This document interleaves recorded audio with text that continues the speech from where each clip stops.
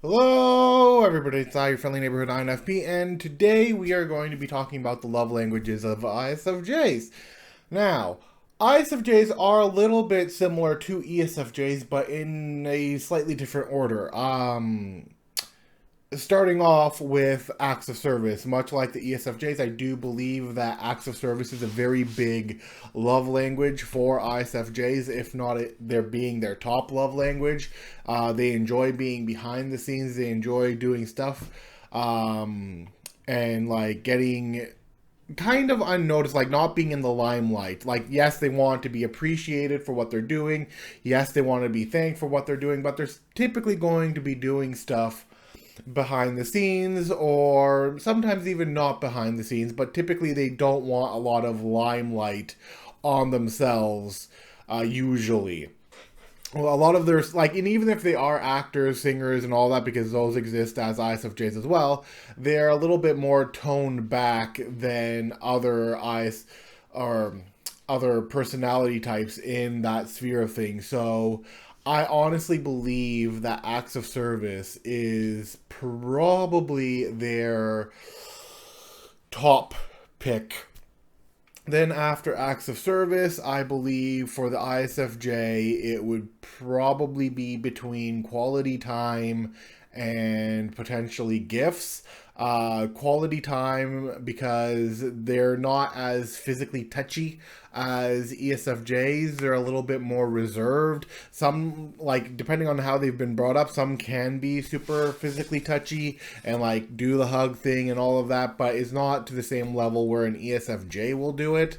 I honestly believe that an ISFJ would rather spend quality time with a person, getting to know them, spending time with them, like just like daily gossip, or just what's the word I'm looking for? Small talk with whoever it is they're spending time with, like a one-on-one tea party, a nice relaxing day at home with like maybe a few friends. They're not as outgoing as ESFJs, and so this is where I believe that it would be essentially quality time. And then after that, I believe it could be gifts. They like giving people stuff. They like, well, okay, see, the problem with me and gifts is that the love language says receiving gifts, but I want to preface it that I think it's both. Like, I think because oftentimes you'll hear love languages be like, oh, it's just receiving gifts. It's just receiving. Well, what about the people who like giving gifts then? Where do you where on that list do you put those guys who like also giving gifts? Like there. So that's why when I say gifts, I mean both the aspect of receiving and the aspect of giving. I do believe that ISFJs do like giving gifts, and I do believe that ISFJs like receiving gifts. It's especially if they've been brought up in that kind of surrounding where like the traditional gift giving system goes in between people. Uh, so yeah, with ISFJs, I would definitely see them being the type who enjoys the whole aspect of gifting. Um, but but it could also be words of affirmation. Um, also, I think I don't I don't know whether or not I'd put words of affirmation above gifts. Maybe, or maybe it's like on the same level. If you're an ISFJ, you can let me know whether you put it above gifts or below gifts. And remember, when I say gifts, I mean both the aspect of receiving and giving. So you can let me know whether you prefer it above or below. But right now, I'm just going to put them on equal grounds.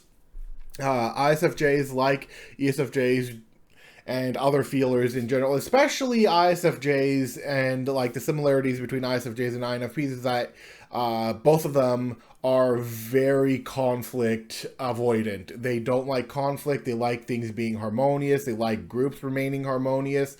They may not know what to do to keep a group being harmonious, but they are ones that will try and uplift their friends, will try and like help them out and like give them encouragement and help them with whatever they're struggling in. Like, essentially pick them up and say, no, no, no, you're doing good and you're actually good. So basically, giving them praise or saying nice things about them and all of that would be where I would put the ISFJ.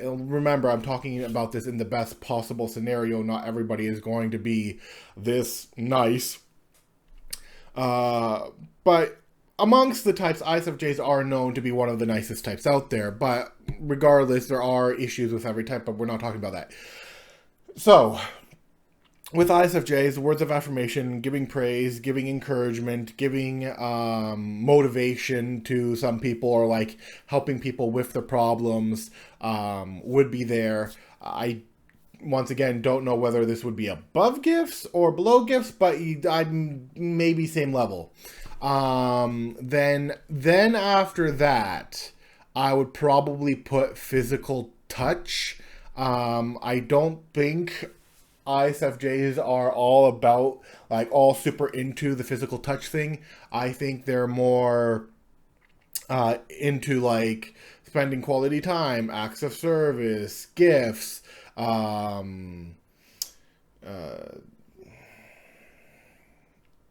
words of affirmation. I think and you could correct me if I'm wrong, ISFJs, but I think for most of you, physical touch is like bottom of the list for you. You may not be as huggy, you may not be as holdy handy, you may not be as touchy as some types out there. You prefer more of the other stuff. Is brain don't work currently. So, like, with the physical touch thing, it's not that ISFJs can't have that high up in their thing. It also depends on what kind of surrounding they're in.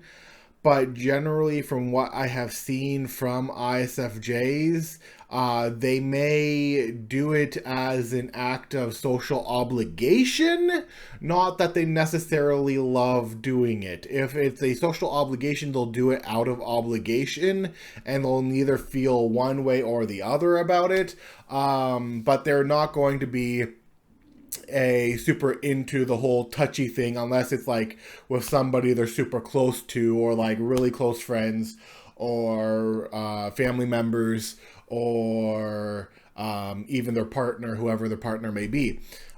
That's just kind of like how I've seen it, how I've experienced it. So you can let me know whether or not, if you're an ISFJ, whether it's like at the bottom tier or if it's actually higher on the list for you. I'd be curious to know. Just personally, that's what I've seen from my own experience. So that's essentially what I'm laying out here. Like I said last time, a lot of this is going to be mostly anecdotal. So yeah, that is it for the video on the ISFJ love languages, and I will see you guys next time.